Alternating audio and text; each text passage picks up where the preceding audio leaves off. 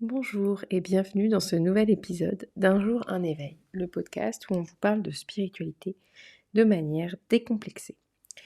Aujourd'hui, nous allons continuer sur un épisode me concernant, ces fameux épisodes interludes entre ceux où nous recevons nos invités. Pour cet épisode, j'aimerais continuer à vous parler de ma grossesse et surtout de mon accouchement et de tout ce qui s'est joué et tout ce qui s'est passé autour de mon accouchement. Pour ceux qui ont écouté les épisodes précédents, je vous avais dit que mon accouchement avait été très traumatique, en tout cas la période, pas l'acte en lui-même, mais tout ce qui s'était passé autour. J'avais fait un peu monter le suspense, mais je ne pouvais pas, dans l'épisode précédent, vous parler absolument de tout, ça aurait été bien trop long. Donc nous allons le faire aujourd'hui. C'est la première fois dans toutes les séries d'épisodes que je dois refaire autant un épisode. Je vous avoue que c'est, je ne sais même plus le combienième enregistrement de cet épisode.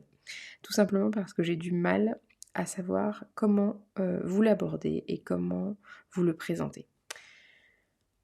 J'ai envie de parler de moi sur cet épisode, mais au final, ça ne me concerne pas totalement. Et donc, je pense que c'est difficile pour moi de parler pour les autres. Donc, je vais essayer d'être claire et que ça reste centré sur moi. Donc, juste avant mon accouchement, on ne va pas y aller par 4 chemins, je ne vais pas tourner trop autour du pot. J'ai eu la nouvelle que mon meilleur ami s'était pendu, vraiment quelques jours avant, euh, pour être exact 48 heures avant mon accouchement.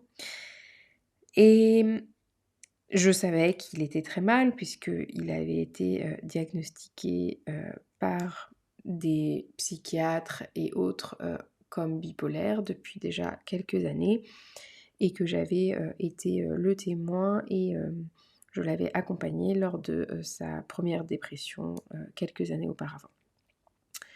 Il avait donc des phases de dépression très profondes où parfois il faisait des séjours à l'hôpital psychiatrique, parfois simplement le fait de se retrouver dans un lieu sécure comme chez ses parents ou chez des amis très proches arrivait à faire qu'il tenait.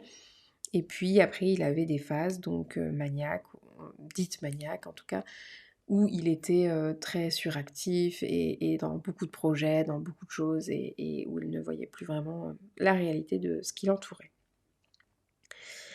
Pendant toutes ces années, c'est difficile pour moi de vous raconter en détail puisque j'avais vécu toutes mes années de fin d'adolescence et jeune adulte avec Théo, qui était mon meilleur ami.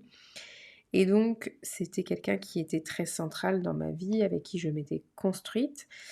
Donc, d'un point de vue tout simplement normal, comme tout le monde, mais également au niveau de ma spiritualité. Parce que au final, c'est avec Théo qu'est arrivée dans ma vie la spiritualité et que nous partagions avec le design humain, puis avec l'astrologie, puis avec la lithothérapie, etc., etc., etc. Et nous avions vraiment cet intérêt, cette passion commune, et nous grandissions et nous avancions sur ce chemin ensemble.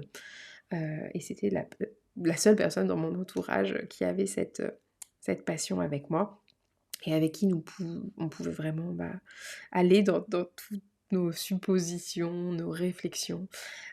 Voilà. Juste avant son décès, je sais qu'il avait commencé les initiations au voyage astral, etc. Donc il était allé assez loin dans son chemin vers la spiritualité. Et donc, tout ça pour dire que du coup, comme c'était quelque chose que nous partagions très fort, quand Théo a décidé de quitter cette vie-là, pour moi, ça a été comme une trahison. Donc non pas de Théo, alors dans un certain sens oui, mais ça c'est autre chose, mais surtout de la spiritualité. Parce que m'avait portée pendant tant d'années, c'est ce qui moi m'avait sauvée, sortie du trou, aidée.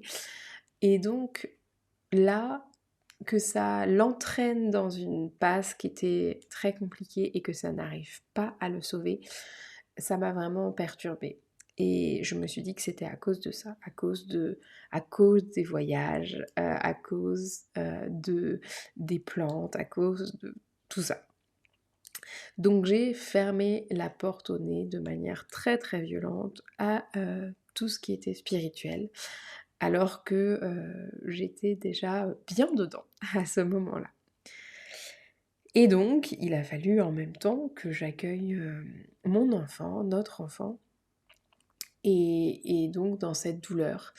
Et ce qui a été assez incroyable, c'est que bien sûr du coup la porte ne s'est pas fermée tout de suite au moment même où j'ai appris le décès de Théo, ça s'est fermé quelques semaines, quelques mois après. Donc au moment où j'ai appris cette nouvelle, pour moi il était là et je le sentais, j'avais sa présence. Et donc lors de mon accouchement, pour moi Théo était vraiment vraiment là. J'avais pris notamment une des pierres, une amazonique qu'il m'avait offert quelques temps auparavant, qui était avec moi, je me souviens, tout le long de mon accouchement. Et puis il était vraiment là. Dans cet état en plus de transe qu'est l'accouchement, comme j'ai accouché de manière complètement physiologique, il y a vraiment un moment où on n'est plus dans notre corps. Et donc je me souviens très bien sa présence, son soutien. Et c'était très difficile pour moi parce que j'avais une telle colère, une telle tristesse. Et qu'il soit là, je lui en voulais, je voulais pas qu'il soit là, je voulais pas qu'il soit là comme ça. Donc et ma douleur de sa perte était tellement forte qu'en fait j'avais besoin de ressentir cette douleur physique et ça me faisait du bien puisque dans tous les cas il n'y avait aucune douleur, quelle qu'elle soit, même la douleur d'un accouchement, qui puisse être aussi forte que ma douleur d'avoir perdu Théo à ce moment-là. C'est un peu difficile pour moi de vous partager tout ça, bien évidemment. J'ai la gorge serrée parce que c'est un moment qui, au final, est un moment magnifique, très beau, empreint de d'émotions différentes. Nous vivions le plus beau moment de notre vie, en même temps que le moment le plus difficile pour moi, en tout cas jusqu'à ce jour. Tout ça dans un mélange de reconnexion au corps d'une manière extrêmement forte, d'une connexion à l'autre avec mon mari, parce que il a fait bien la moitié du job lors de l'accouchement. Donc vraiment, nous étions dans une connexion extrêmement profonde pour faire cet accouchement ensemble, euh, puisque c'est lui qui vraiment m'a aidé pour tout le travail et puis ensuite a sorti Lison. En tout cas, l'a accueilli. Donc voilà, c'est vraiment un travail d'équipe qui a été fait. Et donc dans tout ça, c'est vrai que c'était très fort, très très fort et trop fort. Et ce qui a fait que quand Lison a été là, que j'ai su qu'elle était en bonne santé, etc., c'était bon pour moi, j'avais fait ma part. Et là, voilà, peu importait. Et donc à la fin de l'accouchement, comme si vous avez suivi les épisodes d'avant, j'avais eu un traitement en fait parce que comme mon placenta s'était décollé, on m'avait donné des ovules d'œstrogène, etc., etc. Et donc mon placenta avait en fait fusionné. Et donc en fait ne pouvait pas sortir tout simplement de manière naturelle. Donc j'ai tout simplement fait une hémorragie. Sauf que comme je n'avais pas de péridurale ni quoi que ce soit, on ne pouvait pas aller chercher le placenta comme ça, donc il a fallu m'endormir et puis aller le faire de manière plus chirurgicale. Donc je me suis endormie, on va dire, de manière artificielle. Et quand je me suis réveillée, voilà, j'avais une petite fille, l'accouchement était fini, et donc maintenant il fallait vivre. Et vivre a été quelque chose de très difficile pour moi dans ces premiers mois de vie de ma fille. Et vivre notamment avec ce deuil à faire et à accepter. Parce qu'au final, je voulais tout simplement ne rien ressentir cette douleur. Et ça arrivait en plus dans un contexte où on venait de rentrer en France, on n'avait pas forcément d'amis dans le coin, ni de soutien, ni quoi que ce soit. Vous vous y attendez, au final ça n'a pas été des mois très évidents pour, ni moi, ni mon conjoint, ni ma fille. Et donc j'ai passé, les 6 premiers mois vraiment à lutter pour ne pas sombrer et puis pour m'occuper, au mieux de ma fille, pour lui donner tout l'amour, toute l'attention et tout ce dont elle avait besoin. Et au final, n'allant pas mieux et voyant que la situation n'allait pas s'arranger, hem, on a décidé de repartir, de France parce que clairement ce n'était pas une énergie qui me correspondait et je ne me sentais pas à ma place. Et donc on a décidé, de repartir pour l'Allemagne, pour Munich. Et avant ça de bien voyager puisqu'on a fait, un long road trip aux États-Unis, à l'occasion d'un mariage d'amis qu'on allait voir et pour voir aussi des amis, mexicains et cetera et cetera. Donc on a fait, un grand voyage avant d'aller, poser nos valises à Munich, et je me souviendrai toute ma vie de cette sensation en arrivant à la gare de Munich, de libération profonde où je me suis dit: «Ça y est, c'est bon». Cette énergie était incroyable, je me sentais chez moi, je me sentais protégée, je me sentais entourée, je me sentais alors que je ne connaissais quasiment pas Munich, on était venu une fois quand j'étais enceinte, puisque Pierre travaillait déjà à l'époque pour cette boîte-là en freelance et donc vraiment, c'était incroyable. J'avais l'impression de renaître complètement de mes cendres, comme un phénix et je me suis dit: «Mais c'est bon, là c'est parti, c'est tout va bien». Et tout allait vraiment bien. J'avais déjà bien avancé sur mon processus de deuil. J'étais, bah, en thérapie intensive, bien sûr, hein, les premiers mois de vie, de Lison.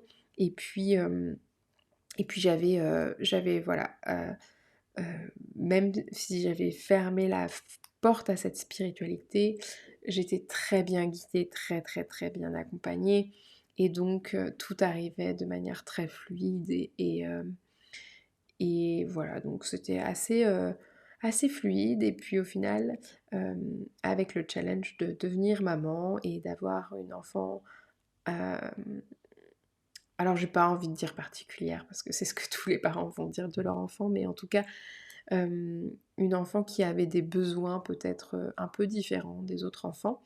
J'ai dû, réapprendre parce que j'étais déjà bien spécialisée dans la petite enfance, l'enfance et la pédagogie, mais là j'ai vraiment dû me réinventer là-dessus et me reformer et trouver des solutions à des problématiques qui n'étaient pas forcément très courantes.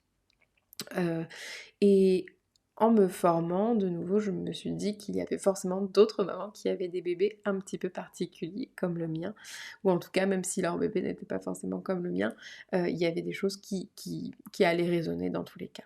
Et donc, j'ai commencé à me lancer en tant qu'accompagnante parentale. Alors à la base, tout simplement en tant que, aménagement de l'espace Montessori, pour permettre à l'enfant d'être autonome et cetera et cetera. Et puis, très, très vite, en accompagnement beaucoup plus généralisé. Et au final, très vite est revenue la spiritualité dans cette activité puisque de toute façon ma communication avec les enfants a toujours été, bien plus que juste sur ce plan-là. Donc évidemment, j'avais des communications différentes et puis des ressentis également. Donc j'ai fait partie de plusieurs équipes, sur plusieurs plateformes et sur une des plateformes, j'ai rencontré Laure, que vous avez déjà entendu dans un des épisodes, chuchoteuse de bébé, enfin chuchoteuse de bébé et donc avec qui j'ai beaucoup partagé et avec qui j'ai pu me réouvrir à la spiritualité, après, quelques mois de bien, bien fermés, même si au final j'avais quand même eu, bah, des défunts, des entités qui, étaient là très couramment dans notre première maison et qui, justement embêtaient Lison. Donc je me souviens très bien faire des choses un peu bizarres, sans trop m'y connaître, en me disant: «Mais il faut vraiment qu'ils arrêtent de l'embêter» parce que c'était insupportable pour moi de la voir se faire, en permanence. Enfin, c'était c'était pas naturel. Il y avait beaucoup de choses que je ressentais. Alors à l'époque, je croyais, et il y avait aussi Théo qui était là, et donc je me souviens me fâcher contre Théo dans le vide en lui disant mais pars, enfin t'as décidé de partir, donc va-t'en en fait. Pourquoi maintenant tu restes et tu nous embêtes alors que t'avais décidé de partir? Donc je me souviens très clairement lui parler comme ça et puis ne pas comprendre pourquoi il restait, et je sentais vraiment sa présence. Il y avait plein de signes, plein de choses. Enfin, il m'envoyait beaucoup de messages. Et puis, heu et puis donc voilà, tout s'est accéléré avec, cette rencontre avec Laure et puis avec d'autres personnes à ce moment-là qui sont vraiment venues me tendre la main avec beaucoup de douceur, et qui n'ont pas forcé les choses, mais qui ont je me souviens, ce qui m'a marquée, c'est quand j'ai raconté mon accouchement à Laure et que j'ai pas pu m'empêcher de lui glisser, Théo était là. Et c'était la première fois que je le verbalisais vraiment à quelqu'un, surtout quelqu'un que je connaissais pas, parce que c'était la première fois qu'on se parlait. Et où Laure m'a dit: «Mais oui, bien sûr, il était là». Et c'est vrai que ça m'a tellement, soulagée de me dire: «Mais en fait, oui, de toutes ces choses que j'expérimente depuis des années, que je ressens, que tout ça». Au final, la seule personne avec qui j'en avais parlé jusqu'à maintenant, de manière concrète et approfondie, c'était Théo, et Théo n'était plus là. Et donc pour moi, en fait, j'étais seule au monde avec tout ça, et donc les autres allaient me prendre pour une folle de parler d'entités, de défunts, de fantômes. Alors oui, de temps en temps, on en parlait comme ça en famille pour rigoler, bon, mais je suis pas sûre que les gens le prenaient très au sérieux. Voilà, pour moi, c'était au final des choses que je ressentais de manière réelle. Donc c'est vrai que j'osais jamais trop m'aventurer à aller dans le détail là-dessus. Et puis donc avec Laure, on a commencé vraiment à discuter de tout ça, à pratiquer beaucoup. On a joué aux apprenties sorcières au début. Alors bien sûr, hein, comme tout apprenti, on a sûrement fait beaucoup d'erreurs, beaucoup de choses qui n'étaient pas forcément bonnes. Alors j'ai pas forcément envie de dire bonnes, mais pas forcément ce qu'il fallait faire. Mais en tout cas, on l'a fait toujours avec beaucoup de bienveillance, et puis surtout en s'améliorant, enfin en progressant et en évoluant vraiment dans le bon sens. Donc voilà, on s'est fait beaucoup, beaucoup de partage, et puis c'est créé un petit groupe parce qu'au final, de fil en aiguille, une personne par-ci, une personne par-là, et je me suis rendu compte que dans mon entourage, j'avais au final beaucoup de monde qui était très sensible à ce monde invisible et puis à tout ça. Et voilà, et puis ça s'est enchaîné. J'ai, heu, j'ai aussi à ce moment-là eu, entre les mains, les livres de Natacha Calestrémé qui ont aussi énormément, participé à développer ma pratique, puisque j'accompagne les gens avec les protocoles de Natacha Calestrémé pour vraiment retrouver leur énergie, retrouver toutes les parties de leurs âmes, et puis libérer les liens de souffrance avec leur famille, leur lignée, les gens qui les entourent. Et c'est vrai que dans son livre, Natacha Calestrémé explique à un moment comment se connecter à ses guides, ou comment se connecter tout simplement à des défunts, enfin en haut.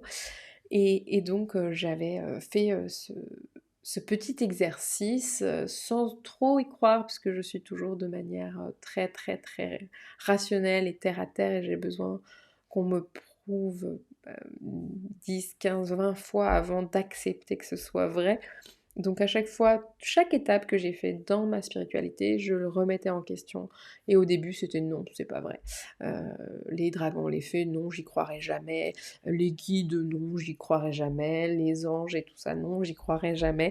Donc voilà, j'ai avancé à chaque fois comme ça, d'une manière petit à petit. Et puis en me laissant par contre toujours cette porte ouverte de je suis curieuse. Et si on veut me montrer, je suis ouverte.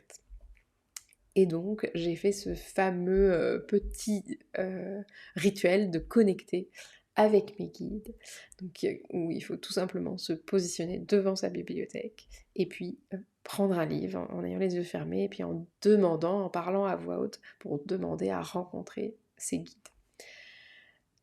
Évidemment, je l'ai fait la première fois sans trop d'intention et de conviction, mais toutefois en me prêtant au jeu. Et puis je suis tombée sur une BD que nous avons dans notre bibliothèque et voilà, sur plusieurs choses. J'ai fait 3-4 essais, de tomber sur Les Cieux et puis après, j'avais repris un autre livre et puis j'étais tombée sur, autre chose, je me souviens même plus, mais bon, encore une fois, bon, ça faisait un peu écho à Théo et puis, du coup, la troisième fois, n'ayant toujours pas accepté le message qui m'était donné, vraiment, là, ils m'ont montré un dessin et ce dessin, pour les personnes en tout cas qui ont connu Théo, et Théo tout craché et comme c'est quand même quelqu'un qui était assez atypique, notamment de manière vestimentaire, etc. Là, c'était absolument incroyable de le voir dessiner noir sur blanc. Alors en plus, c'était une BD que je n'avais jamais lue au final, donc c'était très intéressant. Et donc, bon, j'ai pas forcément accepté tout de suite, je suis revenue plusieurs fois, je l'ai fait plein de fois, je retombe toujours sur cette BD. Ce qui me fait rire, c'est que je pense que depuis que j'ai commencé à communiquer avec mes guides, je pense que je suis tombée sur cette BD. Donc ma bibliothèque est quand même très très grande et puis je replace toujours mes livres au final à des endroits différents, donc je ne sais pas forcément. Et quand je fais mes sessions, j'ai les yeux fermés. Et donc je retombe absolument, je ne sais pas, enfin vraiment c'est inconsidérable le nombre de fois où je suis tombée sur cette BD et sur les mêmes images à chaque fois. Donc pourtant elle est très grande aussi, il doit y avoir je sais pas 100-150 pages et je tombe en permanence sur les deux mêmes pages et les deux mêmes dessins. Donc voilà, c'est vraiment improbable. Et puis donc à force d'expérimenter, c'est vrai que je me suis laissée la porte ouverte à pourquoi pas y croire. Et puis les choses se sont faites au fur et à mesure. J'ai eu bien sûr à l'anniversaire de Lison, une douleur à l'épaule qui s'est manifestée vraiment juste avant, quelques jours avant. Et puis bon, sur le moment, j'avais absolument pas fait la connexion. Bon, je l'ai au final fait très vite par la suite, mais je me suis dit, ah mince, je me suis bloqué le dos, l'épaule. Puis bon, je me disais, c'est bizarre parce qu'au final, ça va être l'anniversaire de Lison, c'est plutôt sympa. Et en fait, j'ai pris rendez-vous chez une... Alors pareil, là, je m'étais complètement laissée guider parce que j'étais chez mes beaux-parents et puis je me suis laissée faire... j'ai regardé sur internet dans leur coin, vraiment les pages jaunes, et puis j'ai vu une dame avec un bonnet qui était pour massage, même pas forcément ostéopathe, mais massage quelque chose. Et je me suis dit, c'est elle, au moins ça me soulagera, ça me fera du bien. Et puis j'arrive chez cette dame qui au final a un très bel espace. On sent tout de suite voilà, que c'est très sacré, plein de belles énergies. Et puis au final, on commence à faire la séance, je commence un peu à lui raconter voilà pourquoi je suis là, que j'ai le dos bloqué, que tout ça. Et puis elle m'installe et puis elle me touche pas, elle fait vraiment comme un soin énergétique, enfin un scan du corps et puis elle fait un testing kinésiologique avec vraiment en prenant le poignet, puis en me posant des questions et en voyant mes réflexes au niveau musculaire pour avoir les réponses. Et puis, de fil en aiguille, vient, Théo sur la table, c'est le cas de le dire, dans les 2 sens du terme. C'est-à-dire que donc, moi je commence au final aborder, la question de Théo et puis la praticienne qui, au final s'est avérée être une guérisseuse, mais sur le moment je ne le savais pas, me dit: «Oui, mais en fait là, il y a quelqu'un qui est là». Donc en fait depuis le début, il est là et donc voilà, donc on a fait une séance pour libérer Théo, pour l'envoyer vers la lumière, qu'il aille, à l'endroit où il devait être et puis pour, venir un peu, cicatriser tous les liens, qui s'étaient faits pour venir apaiser, tout ça. Donc voilà et donc pour vous dire, donc dans cette séance, bien sûr, elle ne m'a jamais touchée, parce que c'était que de l'effleurage et puis du scan corporel et puis bien sûr, je suis sortie de la séance et je n'ai plus, jamais eu mal à l'épaule où je n'avais plus rien qui était bloqué alors que juste avant, je pouvais vraiment plus du tout bouger. Donc voilà, c'était très, très enfin c'était voilà, très intéressant pour moi, puis je restais ouverte et je me disais: «Dans tous les cas, même si j'y crois pas, c'est pas grave parce que ça fait partie du processus de deuil, en fait et puis chacun le voit comme il veut, avec sa vision des choses, avec ses croyances» et au final, je me disais: «Tout ça me fait du bien, donc je trouve que c'est pas mal dans le sens où ça me fait du bien». Donc même si j'y crois pas, même si, Théo n'était sûrement pas là, mais que pour faire mon deuil, j'avais sûrement besoin de visualiser que je déconnectais, qu'il partait un peu plus haut, et ben tant mieux en fait, c'était sain et positif pour moi dans mon processus de deuil, donc je me disais que c'était pas grave que ce soit pas vrai en fait. Je pense que je vais m'arrêter là pour aujourd'hui parce qu'en fait, au final, ce petit épisode est en train de devenir très long et je vais vous garder un peu, de suspense pour les prochaines fois. Donc voilà comment par Théo, j'ai déconnecté de la spiritualité lors de sa mort de ce corps terrestre. Et par Théo, j'ai reconnecté avec la spiritualité à travers sa présence auprès de moi qui a activé physiquement des blocages et puis sa présence dans mes guidances et dans ce que j'ai pu voir après. Donc au final, il a vraiment été là dans les deux et c'est assez intéressant comme après, il a ouvert la voie de manière très forte pour vraiment que je puisse reconnecter à cette spiritualité, que je puisse refaire confiance à ce monde-là et encore plus puisque du coup, à commencer à croire aux choses que je n'aurais jamais cru possibles. Je vous souhaite une très belle journée, soirée et je vous dis à bientôt pour un nouvel épisode d'Un jour un éveil, le podcast où on vous parle de spiritualité de manière décomplexée. À très vite.